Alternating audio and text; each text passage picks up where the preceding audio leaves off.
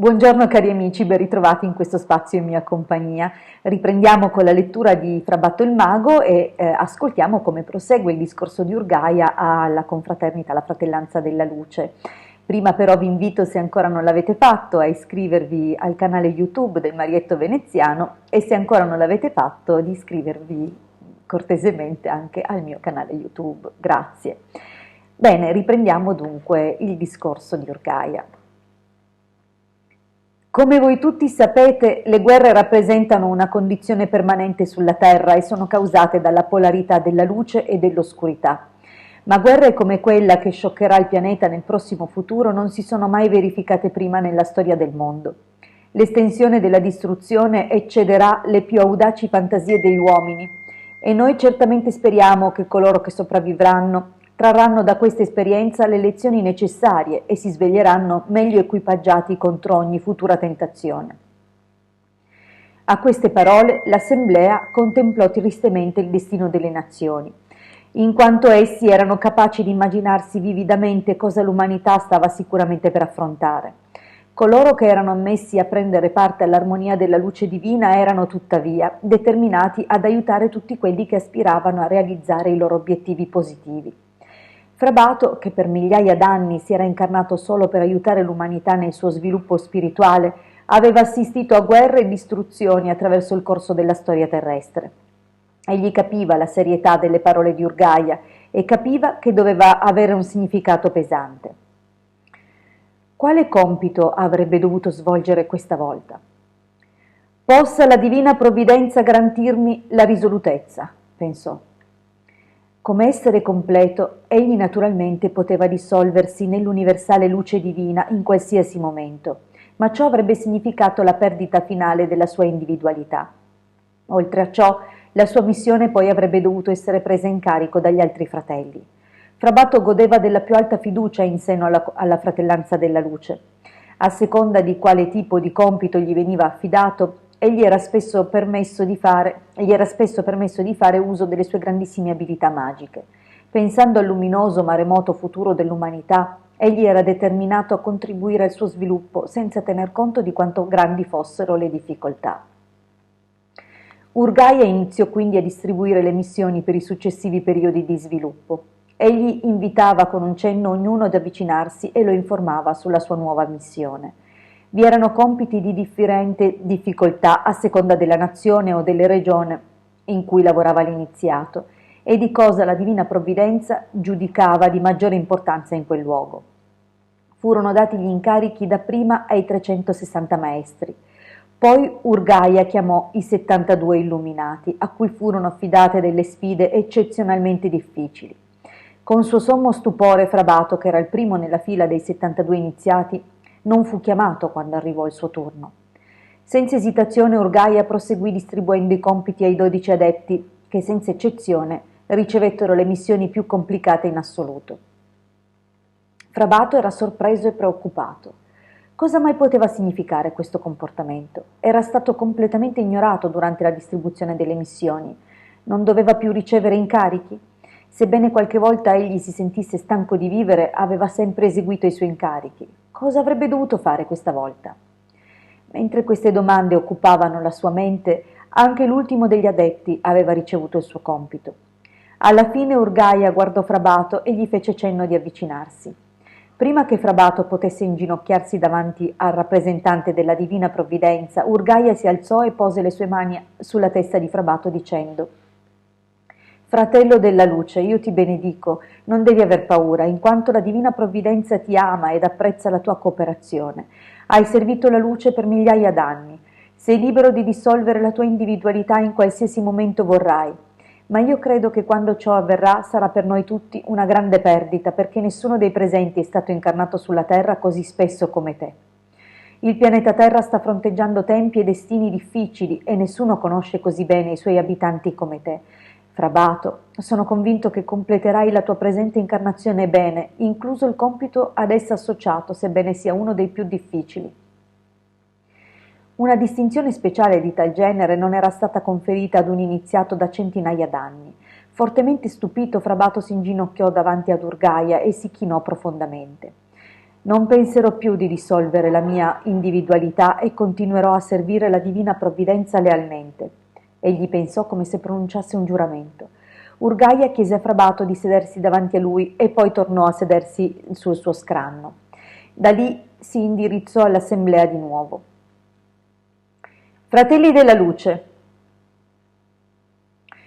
come sapete, la scienza ha fatto grandi balzi in avanti. La velocità dei progressi tecnologici continuerà ad aumentare tremendamente durante questo secolo e a causa di questo sviluppo l'uomo creerà armi potentissime. Il pericolo è che queste armi possano essere usate negativamente dai responsabili, per cui lo sviluppo spirituale di intere nazioni ne sarà naturalmente influenzato. Attraverso le nostre attività sarà creato un contrappeso contro queste forze negative. Oggi uno dei nostri fratelli ha avuto il compito di ispirare i leader dell'umanità ad applicare le invenzioni tecniche verso la pace ed il benessere degli uomini. Un iniziato con occhi profondi annui, in quanto era lui colui che aveva ricevuto tale incarico. Caro Frabato, disse Urgaia, le tendenze negative nell'avanzamento dell'umanità non possono essere ignorate. L'ideologia materialistica si è già impossessata di larga parte del mondo e continuerà a crescere.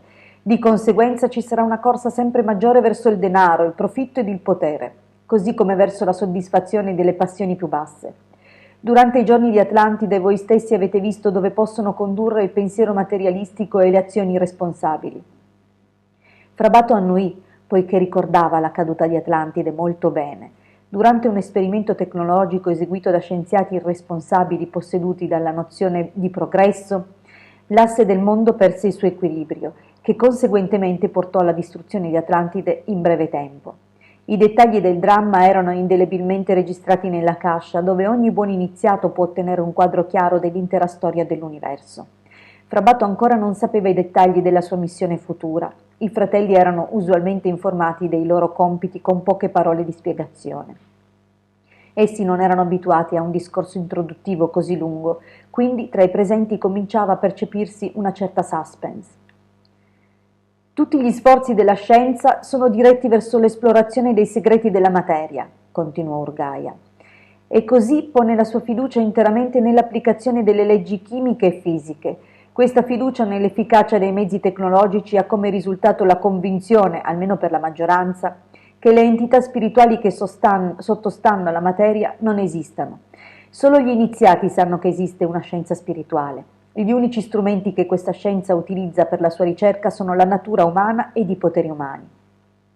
Questa scienza è la scienza magica, che è esistita fin dall'inizio.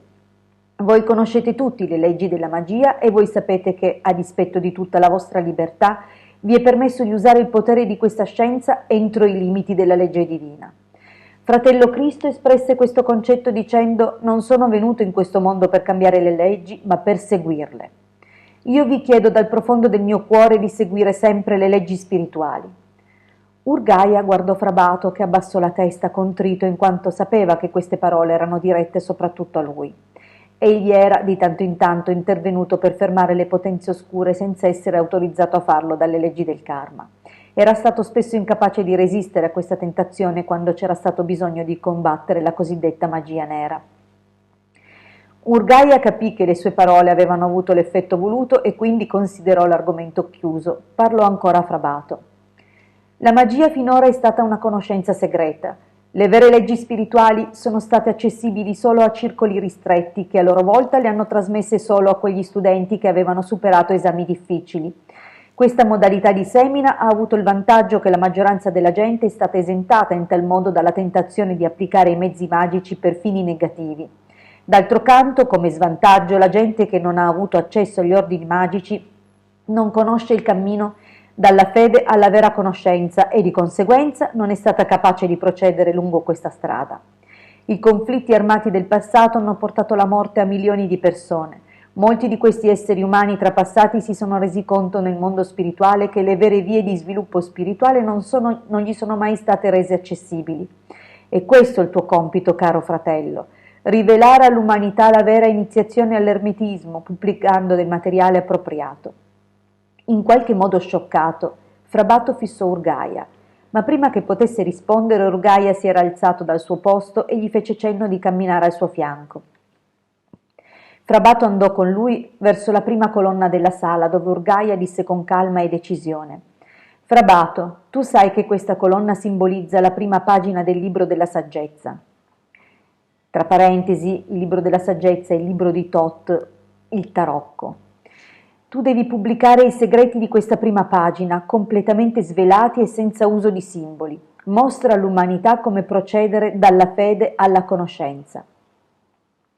Poi Urgaia condusse Frabato, profondamente commosso, alla seconda colonna, indicando con la mano, dicendogli che i segreti della seconda pagina del libro della saggezza dovevano essere resi accessibili allo stesso modo.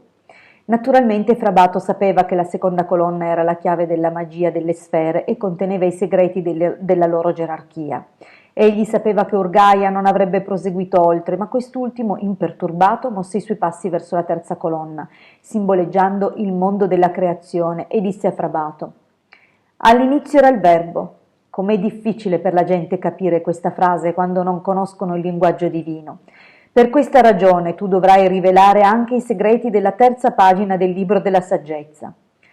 Poi condusse Frabato alla quarta colonna, la toccò leggermente con la mano e disse: La quarta pagina del libro della saggezza dovrà essere spiegata agli esseri umani. Arrivarono infine alla quinta colonna e disse: Qui, con il quinto pilastro, il tuo compito terminerà. Ti sarà permesso solo di rivelare l'introduzione a questa pagina. Tu sai perché, vero? Fianco a fianco ritornarono da dove erano partiti. Urgaia si sedette nuovamente. Sembrava attendere che Frabato dicesse qualcosa sulla sua nuova missione. Nel frattempo Frabato era divenuto cosciente della portata delle implicazioni di questo compito. Egli si inginocchiò ed alzò i suoi occhi ad Urgaia implorante. Magnifico rappresentante della divina provvidenza, custode di tutti i segreti cosmici, io ti imploro dal profondo del mio cuore di liberarmi da questo incarico. Quando mi hai chiamato l'ultima volta ho lealmente eseguito la missione di cui ero stato caricato. In accordo ai tuoi desideri mi sono incarnato nel corpo di un ragazzo di 14 anni per divenire l'insegnante spirituale del padre. Inoltre ho viaggiato il mondo per poter dimostrare all'umanità l'esistenza del mondo spirituale. Con il tuo benevolente permesso ho potuto fare uso delle mie abilità magiche per testimoniare l'onnipotenza divina, per curare i malati, per rivelare il futuro. Reverendissimo Maestro, tu sai che in linea di principio nessun compito mi è troppo difficile, ma ti chiedo di prendere in considerazione la mia speciale situazione. Da iniziato ho servito te e la divina provvidenza per migliaia d'anni. Nei templi nascosti ho trasmesso gli insegnamenti segreti solo agli studenti più maturi ed ho obbedito alle leggi strettamente e senza pietà e giustiziato tutti coloro che le trasgredivano secondo le leggi dettate nei tempi antichi. Come sacerdote del Tempio ho eseguito iniziazioni con giuramenti severi. Come posso ora dischiudere i sacri misteri agli uomini immaturi? Come posso gettare le perle ai porci e liberare quella luce che brucerà tutti coloro che non sono maturi? Di certo le persone non sono ancora sufficientemente sviluppate per ricevere questi insegnamenti. Esse trascineranno la saggezza divina nel fango, esse non la comprenderanno e la disonoreranno. Io ti imploro di liberarmi da questo incarico e di darmene un altro. Bene, per oggi abbiamo visto abbastanza, abbiamo capito qual è il compito di Frabato in corso della sua incarnazione e in questo tempo contingente. Continueremo la lettura sempre qui su questo canale domani allo stesso orario. Vi ringrazio per avermi ascoltato e mi raccomando, iscrivetevi al mio canale se ancora non l'avete fatto e iscrivetevi al canale del Marietto Veneziano se ancora non l'avete fatto. A presto e grazie sempre.